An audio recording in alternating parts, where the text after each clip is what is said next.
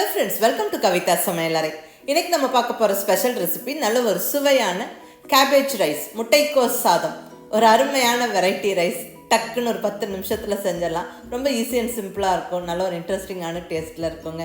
ரொம்ப டீட்டெயில்டாக குழம்பு ரசம் பொரியல்னு சமைக்கிறதுக்கு நேரம் இல்லாதப்போ ஏதாவது குயிக்காக ஒன்று செய்யணும்ப்பா அப்படின்னு யோசிக்கும் போது இந்த மாதிரி வெஜிடபிள் ரைஸ் எல்லாம் நம்மளுக்கு ஈஸியாகவும் இருக்கும், சாப்பிட்றதுக்கும் நல்லாயிருக்குங்க. இந்த முட்டைக்கோஸ் சாதமும் அப்படி தான். லஞ்ச் பாக்ஸுக்கு எடுத்துகிட்டு போகலாம், ரொம்ப நல்லாயிருக்கும். ஸோ ஈஸி அண்ட் சிம்பிளாக செய்யக்கூடிய இந்த அருமையான கேபேஜ் ரைஸ் எப்படி பண்ணுறதுன்னு பார்க்கலாம் வாங்க.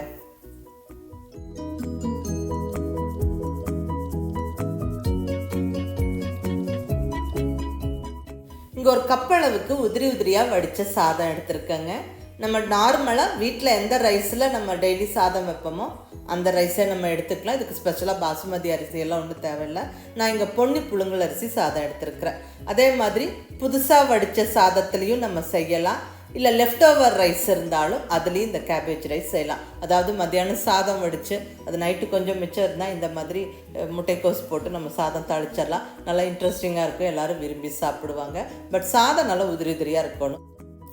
அடுத்தது இங்கே ஒரு 200 கிராம் அளவுக்கு கேபேஜ் முட்டைக்கோஸை நல்லபடி நீளமாக சன்னமாக கட் பண்ணி வச்சுருக்கிறேன். கூடவே ஒரு பெரிய வெங்காயமும் கட் பண்ணி வச்சாச்சு. 3 வரமிளகாய் தாளிப்புக்கு. அடுத்தது கொஞ்சமாக ஃப்ரெஷ்ஷான கருவேப்பிலை. அடுத்தது நல்ல ஒரு ஃப்ரெஷ்ஷான தேங்காய் மசாலா ரெடி பண்ணிடலாங்க. இங்கே மிக்ஸி ஜாரில் ஒரு 4 டேபிள் ஸ்பூன் அளவுக்கு துருவின தேங்காய் சேர்த்துக்கிறேன். இது கூட ஒரு 1/2 இன்ச் அளவுக்கு தோல் நீக்கிய இஞ்சி. அடுத்தது 2 பச்சை மிளகாய், தாளிப்புக்கு 3 வரமிளகாய் சேர்க்குறோம். இங்கே அரைக்கிறதுக்கு ஒரு 2 பெரிய பச்சை மிளகாய் சேர்த்துக்கிறேன். நீங்கள் உங்களோட டேஸ்ட்டுக்கு தகுந்த மாதிரி ஆட் பண்ணிக்கோங்க. கூடவே ஒரு 1/2 டீஸ்பூன் அளவுக்கு சீரகம் சேர்த்து தண்ணி விடாமல் பருப்பருன்னு துருவின மாதிரி அரைச்சிக்கணும். தண்ணி விட்டு பேஸ்ட் ஆக்க வேண்டாம், ஜஸ்ட் பொடிச்சுட்டா போதும். பாருங்கள், இந்த மாதிரி நல்லா துருவின மாதிரி பொடிச்சாச்சு. நல்ல கமகமன்னு வாசனையோட ஃப்ரெஷ்ஷான தேங்காய் மசாலா ரெடி. இப்போ நம்ம தாளிச்சிடலாங்க. தாளிச்சுட்டே மற்ற என்னென்ன பொருட்கள்னு பார்த்துடலாம். ஸ்டவ்வில் கடாய் வச்சாச்சு. கடாய் சூடானதுக்கப்புறம் 2 ஸ்பூன் ஆயில் சேர்த்தாச்சு.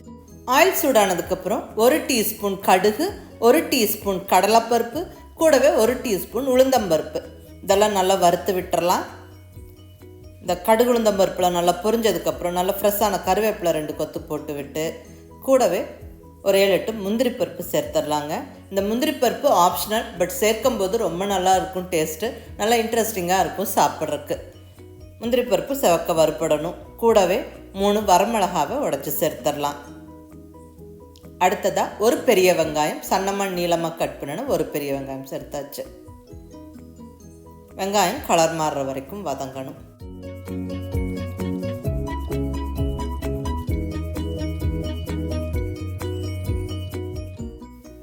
இப்போ நம்ம சன்னமாக கட் பண்ணி வச்சுருக்கிற முட்டைக்கோஸ் கேபேஜை சேர்த்து விட்டு நல்லா ஒரு 2-3 நிமிஷம் வதக்கி விட்டுறலாங்க. நல்லா வதங்கியே வெந்து வரணும். நல்ல ஒரு அடிகனமான கடாயாக எடுத்துக்கோங்க, திக் பாட்டம் பேனாக எடுத்துக்கோங்க. இந்த மாதிரியான வெரைட்டி ரைஸஸ் எல்லாம் செய்யறதுக்கு நம்மளுக்கு ஈஸியாக இருக்கும். இப்போ நல்லா கேபேஜ் ஓரளவுக்கு வதங்கிருச்சு. இப்போ நம்ம இந்த ஸ்டேஜில் நம்ம ரெடியாக அரைச்சி வச்சுருக்கிற அந்த தேங்காய் மசாலாவை சேர்த்துடலாங்க. நம்ம தேங்காய் கூட இஞ்சி, பச்சை மிளகாய், சீரகம்லாம் பச்சையாக சேர்த்து அரைச்சோம். ஸோ 2 நிமிஷம் நல்லா வதக்கி விட்டுருவோம். அந்த ராஸ்மெல், அந்த பச்சை வாசனை போகிற வரைக்கும் நல்லா வதங்கணுங்க. இப்போ இந்த ஸ்டேஜில் ஒரு சின்ன கப் அளவுக்கு ஃப்ரெஷ் பீஸ் சேர்த்துக்கிறேன், பச்சை பட்டாணி சேர்த்துக்கிறேங்க. இது ஆப்ஷனல், நீங்கள் வேணால் சேர்த்துக்கலாம், இல்லைன்னா ஸ்கிப் பண்ணிக்கலாம். ஃப்ரோசன் பீஸ் சேர்க்கிறதா இருந்தால் இந்த கேபேஜோடவே டக்குன்னு சேர்த்து விட்டுலாம். அது நல்லா வெந்துடும். அந்த முட்டைக்கோஸ் வேகிற சமயத்திலே வெந்துடும். இதுவே நீங்கள் ஃப்ரெஷ்ஷான பீஸ் எடுக்கிறதா இருந்தால் ஒரு 2 கொதிக்கு வேக வச்சுட்டு அதுக்கப்புறம் சேர்த்துக்கங்க. நான் இங்கே ஃப்ரெஷ் பீஸ் தான் சேர்த்துருக்கிறேன். கொஞ்சம் மைக்ரோவேவில் வச்சு வேக வச்சுட்டு தான் சேர்த்துருக்குறேன். இப்போ உப்பு சேர்த்தாச்சுங்க. நல்லா இந்த ரைஸுக்கு தேவையான உப்பு சேர்த்தாச்சு. உப்பு சேர்த்து நம்ம கலந்து விட்டுட்டு நம்ம மூடி வச்சிட்டோம்னா அதுவே நல்லா தண்ணி விட்டு வெந்துடும். சப்போஸ் உங்களுக்கு டவுட்டாக இருக்குது இது எப்படி வேகும் அப்படின்னு யோசிச்சிங்கன்னா ஒரு 2 டேபிள் ஸ்பூன் தண்ணி மட்டுமே தெளித்து விடுங்க. அதிகம் தண்ணி சேர்த்துக்காதீங்க. நல்ல ஒரு 4-5 நிமிஷம் வெந்து வரட்டும். ஸ்டவ்வை கண்டிப்பாக மீடியம் ஃப்ளேமில் வச்சுருங்க. இடையில எடுத்து கிளறி விடுங்க. பாருங்கள், நல்லா அந்த முட்டைக்கோஸும் பட்டாணியும் நல்லா வெந்துருச்சு. இப்போ நம்ம ரெடியாக வச்சுருக்கிற ரைஸ் எடுத்து விட்டுறலாங்க. சாதம் மட்டும் நல்லா உதிரி உதிரியாக இருக்கணும். இந்த மாதிரி வெரைட்டி ரைஸஸ் எல்லாம் செய்யும்போது அப்போ தான் நல்லாயிருக்கும். குழைவாக இருந்தால் நல்லா இருக்காது. ஸோ புதுசாக வடித்த சாதத்துலேயும் செய்யலாம், இல்லை லெஃப்ட் ஓவர் ரைஸ் இருந்தும் செய்யலாம். அதாவது மத்தியானம் செஞ்ச சாதம் நைட்டு மிச்சம் இருந்தால் நீங்கள் இந்த மாதிரி செஞ்சு கொடுங்க, எல்லாருமே விரும்பி சாப்பிடுவாங்க. நல்லா எல்லாம் ஈவனாக கலந்தாச்சுங்க. இப்போ நல்ல ஒரு கைப்பிடி பொடியான இருக்குன்னு கொத்தமல்லி இலையும் போட்டு விட்டு நல்லா கலந்து விட்டுலாம், நல்லா கமகமன்னு வாசனையாக இருக்கும். அவ்வளோதாங்க, சுவையான கேபேஜ் ரைஸ் முட்டைக்கோஸ் சாதம் ஜம்முன்னு ரெடி ஆயிடுச்சு.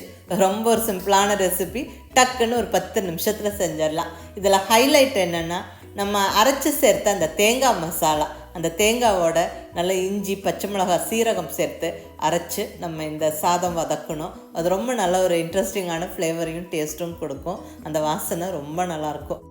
ஒரு சிலர் முட்டைக்கோஸ் பொரியலெல்லாம் செஞ்சால் சாப்பிட அவாய்ட் பண்ணுவாங்க. ஏன்னா அந்த முட்டைக்கோஸ் வெந்ததுக்கப்புறம் வர்ற வாசனை ஒரு சிலருக்கு பிடிக்காது, அவாய்ட் பண்ணுவாங்க. பட் அவங்களுக்கு இந்த மாதிரி நீங்கள் ட்ரை பண்ணி பாருங்கள், ரொம்ப விரும்பி சாப்பிடுவாங்க. ஏன்னா இந்த தேங்காய் மசாலாவோட வாசனை டாமினேட் ஆகி ரொம்ப ரொம்ப நல்லாயிருக்கும். நிறைய வெஜிடபிள்ஸ் சேர்த்து செய்கிற ரைஸ் இது.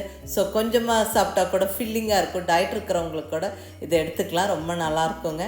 ஸோ மிஸ் பண்ணாமல் ட்ரை பண்ணுங்கள். ரொம்ப ஒரு சிம்பிள் ஈஸி ஹெல்த்தியான ஒரு வெரைட்டி ரைஸ் டிஷ் இது. இந்த மாதிரி வெஜிடபிள்ஸ் எல்லாம் சேர்த்து செய்யக்கூடிய வெரைட்டி ரைஸஸ்க்கு நம்ம தனியாக பொரியல் வைக்கணும்னு அவசியம் இல்லை. ஊறுகாய், சிப்ஸு, அப்பளம் இந்த மாதிரியெல்லாம் கூட வச்சு நம்ம சாப்பிட்டுக்கலாம், ரொம்ப நல்லாயிருக்கும். ஸோ மிஸ் பண்ணாமல் இந்த ஈஸியான வெரைட்டி ரைஸை ட்ரை பண்ணி பார்த்துட்டு எப்படி இருந்ததுன்னு உங்கள் ஃபீட்பேக் சொல்லுங்கள். பிடிச்சிருந்தால் லைக் பண்ணி ஷேர் பண்ணி கமெண்ட் பண்ணுங்கள். கவிதா சமையலறை சப்ஸ்கிரைப் பண்ணி என்னுடைய மற்ற ரெசிபிஸும் வீடியோஸும் பாருங்கள். தேங்க்யூ.